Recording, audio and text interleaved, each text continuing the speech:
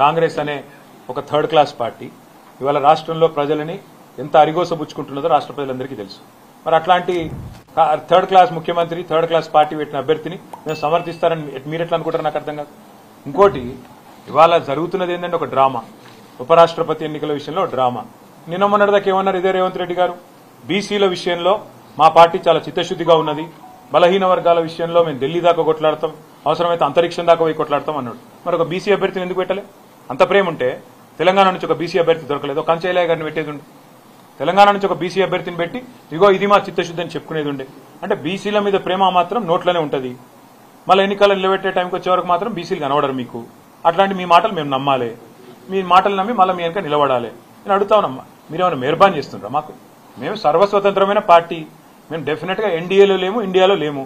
మేము మా మోడీ మా బాస్ కాదు, రాహుల్ గాంధీ మా బాస్ కాదు, తెలంగాణ ప్రజలు మా బాసులు.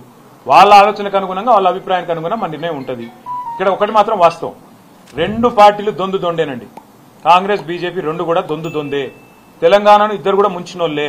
11 ఏళ్లు బీజేపీ ఏం చేయలే, 2 సంవత్సరాలకు 20 నెలలుగా కాంగ్రెస్ ఏమీ చేయలే, ఇచ్చిన ఒక్క మాట నిలబెట్టుకోలే. ఆ ఇద్దరు అభ్యర్థులను మేము అంత సీరియస్ గా తీసుకోవాల్సిన అభిప్రాయం ఆలోచన ఉంటుందని నేనైతే వ్యక్తిగతంగా అనుకోను. కానీ నీ ఏజ్కు తగ్గట్టు మాట్లాడరా యూజ్లెస్ ఫెలో. నీ మొత్తం చరిత్ర తెలుసు. బెంగళూరు ఎందుకు పోతావురా? నువ్వు ఏం పనిరా నీకు?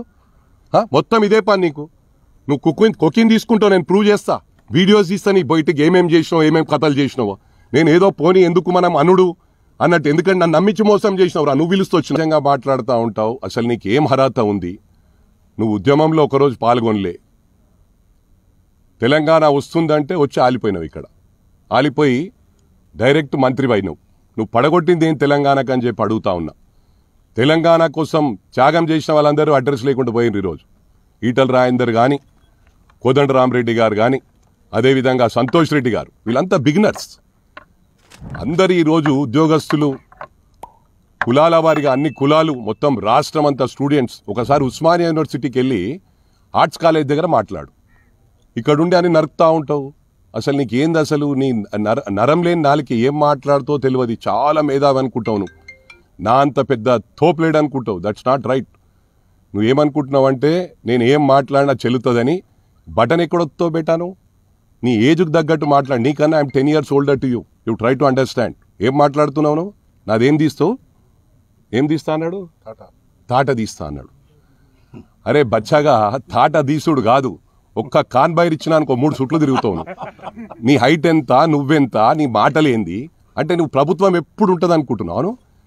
మేం వీఆర్ ఇన్ అపోజిషన్ రా. We know how to deal things. Don't try to act too smart. ఏజ్కు మించి మాట్లాడుతున్నావు. ఏం మాట్లాడుతున్నావు? తెలియలేని మాటలు. మోడీని గుండా అంటావు, వాడు పోయి కాలు పట్టుకుంటావు. మీ నాన్నగారు ఏం చేసిండ్రా? ఈడ మొత్తం మాతోని పంజాబ్ రైతులకు ఫేవర్గా ర్యాలీస్ తీయమన్నాడు. ఇక్కడ నేనే సెల్ఫ్గా ట్రాక్టర్ నడిపించి మొత్తం మల్కాజ్గిరి కాన్స్టిట్యున్సీలో పంజాబ్ రైతులకు ఫేవర్గా మేము ఇక్కడ ర్యాలీ తీసినాం. మీ నాయన ఏం చేసిండ్రా? పోయి ఆడ పోయి పంజాబ్ రైతులను కలవకుండా డైరెక్ట్ పోయి మోడీని కాంప్రమైజ్ అయ్యి ఏదో మా కమిట్మెంట్ తీసుకొని వచ్చేసిండు. అది మీది, మీ బ్యాక్గ్రౌండ్ అది. మ్యాచ్ ఫిక్సింగ్ వాళ్ళు. అసలు మీ నాన్న ఉద్యమం ఎందుకు చేసిండ్రా? ఉద్యమం తెలంగాణ ఎందుకు మూవ్మెంట్ స్టార్ట్ చేసిండు? You try to understand. ఒకసారి వెనకకు పోయి చూడు. ఒక మంత్రి పదవి రానందుకు ఇలా తెలంగాణ ఉద్యమం స్టార్ట్ చేసి ఎందరో ప్రాణాలు కోల్పోయినరు. అరే మీ ఇంట్లోకి వెళ్ళి ఒక్కడు పోయినాడరా? ఒక్కడు పోయిందా? మీరు బడగొట్టింది ఏంద్రా? మీ బావగాడేమో మ్యాచ్ బాక్స్ గీకి శ్రీకాంత్ చారి ప్రాణం తీసుకునే. ఎంతమందిరా? ఇలా 1200 కుటుంబాల ఉసురు దాక్తుందిరా మీకు.